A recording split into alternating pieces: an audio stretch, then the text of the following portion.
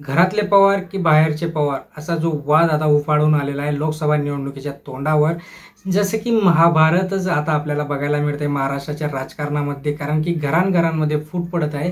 घरातले पवार की बाहेरचे पवार असे जे काही विधान होतं शरदचंद्र पवार यांचं, त्या विधानावर भावूक होऊन सुनेत्रा पवार यांच्या डोळ्यातली अश्रू बघता इतर महिलांनी शरदचंद्र पवार यांच्या विधानावर नाराजी व्यक्त केली.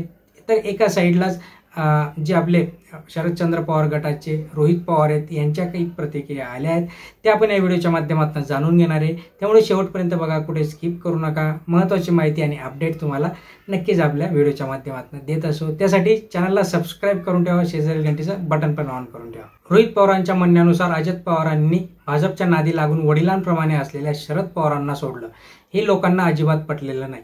अजित पवार याबाबत जसं जसं विधान करत जातील तसं तसं सुप्रिया सुळेंचे मताधिक्य वाढत जाईल, अशी प्रतिक्रिया रोहित पवार यांनी दिली. बारामतीमध्ये सुप्रिया सुळेंविरुद्ध प्रचार करत असताना माध्यमांनी सुनेत्रा पवार यांच्या बाबत शरद पवारांनी केलेली टिप्पणीबद्दल त्यांना प्रश्न विचारण्यात आला.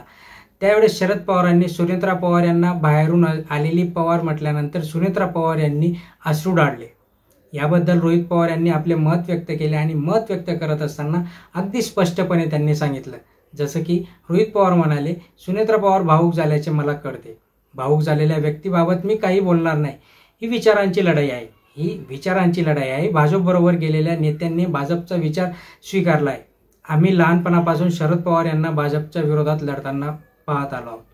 कुणाच्या डोळ्यात पाणी आले त्यापेक्षा भाजपला हद्दपार करायचे आहे असे लोकांनी ठरवले आहे. भाजपच्या बारामतीत येऊन शरद पवार यांना संपवण्याची भाषा वापरली. पवारांना राजकीय दृष्टिकोनातून संपवणे हे आमचे स्वप्न असल्याचे चंद्रकांत पाटील यांनी माध्यमांसमोर स्पष्ट सांगितलं होतं.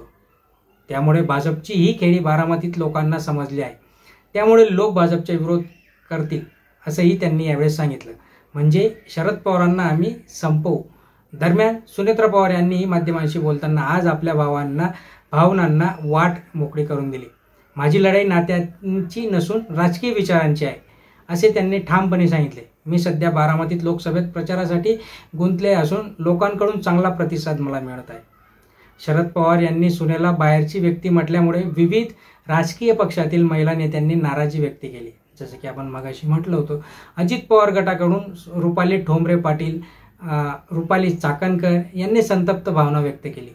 तर राज्याच्या मंत्री आदिती तटकरेंनी शरद पवारांच्या विधानावर खंत व्यक्त केली.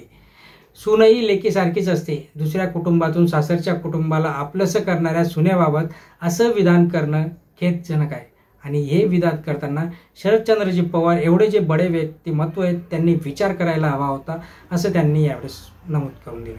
पण ज्या माणसाला लहानपणापासून मोठा म्हणजे त्यांचं आयुष्य शेवटपर्यंत म्हणजे वयाच्या 60च्या वर असताना त्यांना सपोर्ट केला, त्यांना सगळ्या गोष्टी हवं नव्हतं ते सगळं दिलं आणि त्याच व्यक्तीने जर आपल्या विरोधात काहीतरी षडयंत्र रचून आपलीच बदनामी करत असतील तर मग भावनिक आहे, साहजिक आहे, तोंडातून एखाद वेळेस शब्द निघतो.